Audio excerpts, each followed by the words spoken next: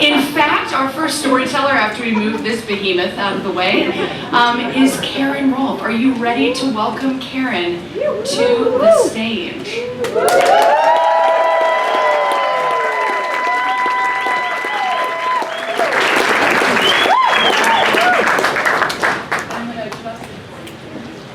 And Karen's job in life is to help people find their way and find happiness, right? That's a cool job description that we all want. I think I'm ready.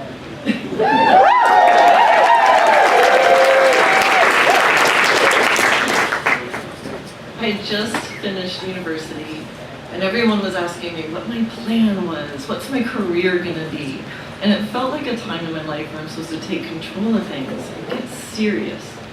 So in what I thought was going to be the last bout of irresponsibility, I decided to go Australia for a couple months. And pretty soon I found myself on like a 20-plus hour flight, in coach, in the middle seat, with the flu, which was really bad timing, and a tequila hangover, which was really bad planning. But our flight had a layover in Tahiti, and so I went in, I decided I gotta go find some like NyQuil, some Advil, some Dayquil, something.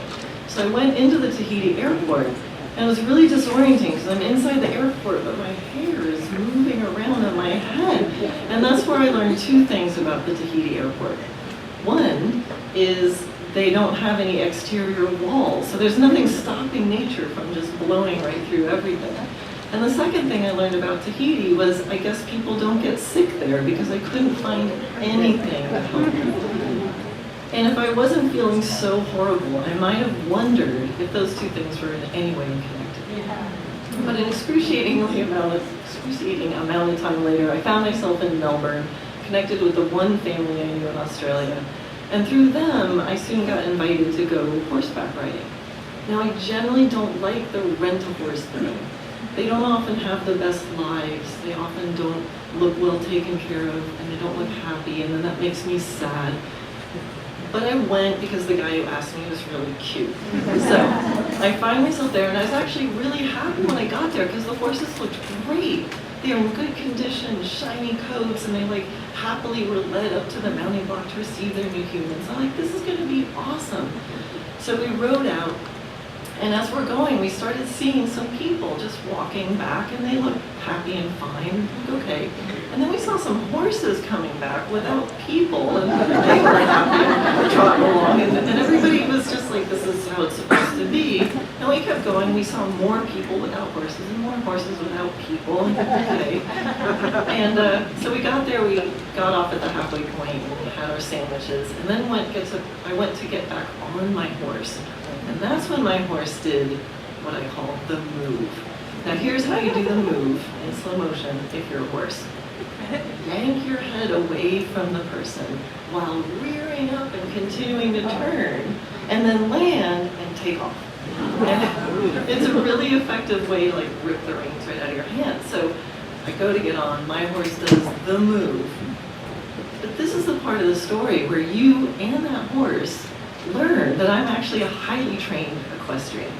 So I know the move, and I know the counter move to the move. So the counter move to that move in slow motion is bring the horse's nose towards you while assuming a power position and send the hunches away.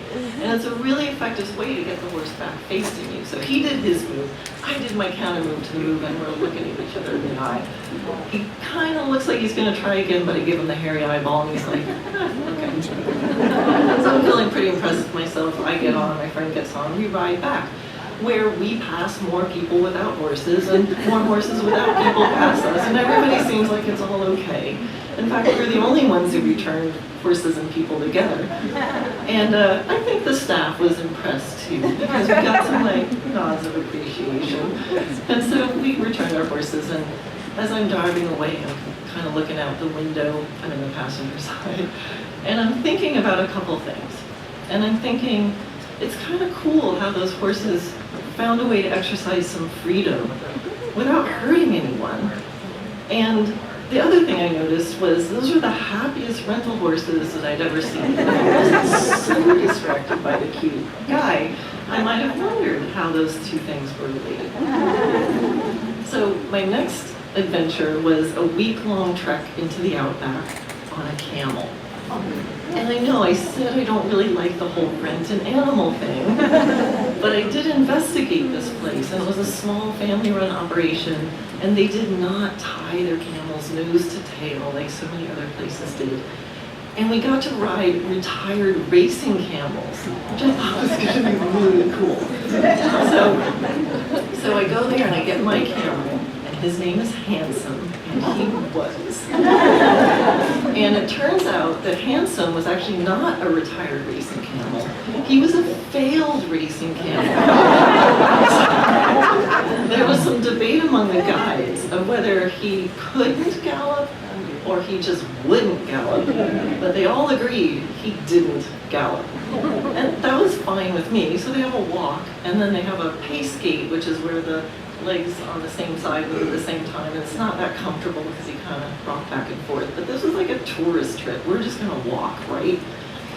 So the camels had this harness that ran along both sides of their body, these metal bars, and then in the back there was a piece of leather slung, and that was our saddle. And the reins were this thin nylon cord that went forward, kind of went around the camel's body, and then up to this little wooden dowel. And that little wooden dowel was sort of pierced through their nostril, and that's what held the reins.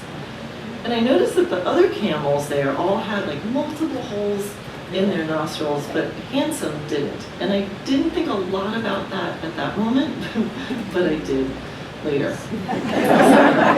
So we get on, I'm riding in the desert. It is so beautiful. There's like bright white lightning gum trees connecting this like red clay earth to this bright blue sky.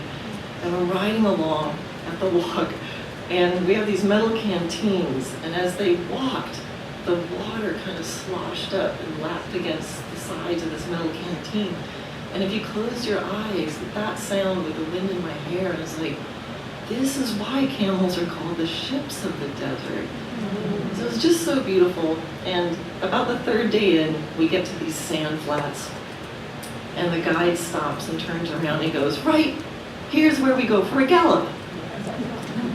And the camels got all excited, and this dust was kicking up, so pretty soon we're like engulfed in this red clay sparkling dust in the sunshine. And I guess that's why the guy didn't see me when I started to raise my hand and go, what about me and Handsome? And I think I heard a very insincere, sorry mate, and they turned and the whole group took off. So to Handsome's credit, he tried his hardest to keep up. So remember that pacing gait? Well, he was full into it, and just kicking it out, and I am getting thrown from side to side. None of my equestrian experience prepared me for this. Remember those metal bars I told you that ran along each side of them? Well, they were rubbing my inner thighs, and I could feel the blood starting to go through my cheeks. And I'm like, this is unsustainable. So I'm like, okay, come on, Karen, expert equestrian, and I don't know what I did, but I got Handsome to gallop. And pretty soon we were moving as one. It was awesome. The wind was blowing my hair. And I was so proud of myself and proud of Handsome, and I know he felt the same way. And it was like the beach scene from the movie The Black Stallion. Except for instead of water, it was dust, and except for this beautiful black stallion camel, but except it was exactly the same. And I looked up ahead and I saw the group starting to pull up and stop, and I'm like, no, they're gonna see the full magnificence of Handsome and I. So I set my sights long, kept my energy up, and we passed right by that group, and I saw the jaws drop and the heads turn. I'm like, that's right, look what we can do. And I thought, okay, now's a good time to stop. And so I sat back and took a breath and said whoa and everything that usually worked to stop Handsome. And so I did those things and nothing happened. We're still galloping. And I realized at that moment that neither Handsome or I had any experience with galloping camel stopping. So this is a moment where I want to review some camel anatomy. What's the first one? So camel anatomy real quick. I'm sitting back here in the saddle, I can reach back and touch the tail if I want to. That's how far back I am. In front of me is a hump, just one. It goes up, it comes down, then there's a shoulder, and then this huge muscular swan neck, and then the head. So, 10 feet away from where I'm sitting. So figuratively and quite literally, there's a huge distance between my idea to stop and his idea to run like the wind. So I'm like, okay, come on, Karen, you got some skills, right? So I'm like, there's a couple things I can do. So I'm like, great, let me just gently pull back on the reins. So he's galloping, and I start to pull back on the reins. I don't feel him fighting me, and pretty soon, I'm looking at the big, brown, beautiful, upside-down eyes. This is where I think of two things. One, I remember all those holes in the other camel's nostrils, and I realize if I pull too hard, that wooden dowel is just going to pop out, and I'm going to do nothing. The second thing I think of is an out-of-control galloping camel ought to at least look where he's going. Galloping along. I'm like, okay, there's one more trick I have up my sleeve. I can turn him. So I take one rein. I'm pulling that one rein ever so gently. And I don't feel him fighting, but pretty soon again, beautiful brown eyes of handsome camel, at least right side up. And again, I think an out-of-control galloping camel ought to at least look where he's going. So I let go. And so there I am, like in the middle of everywhere.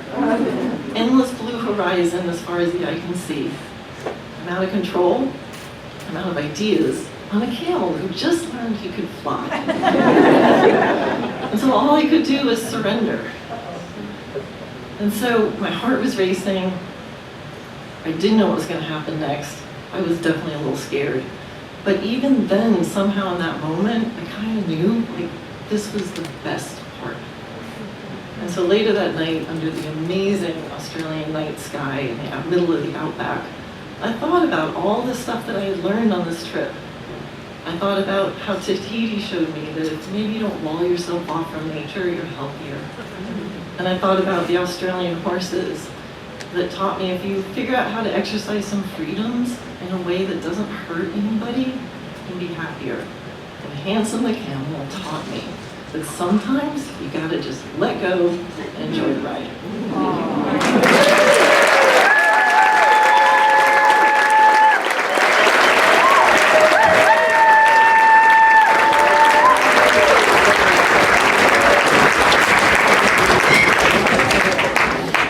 Thank you. Isn't that just the best? That's so cool. And then her job description says like helping people find their joy and their happiness, and then she teaches dressage and is an equestrian, all those things. I remember I was standing right there hearing her say, I'm an equestrian, after I'm like, I'm a Capricorn.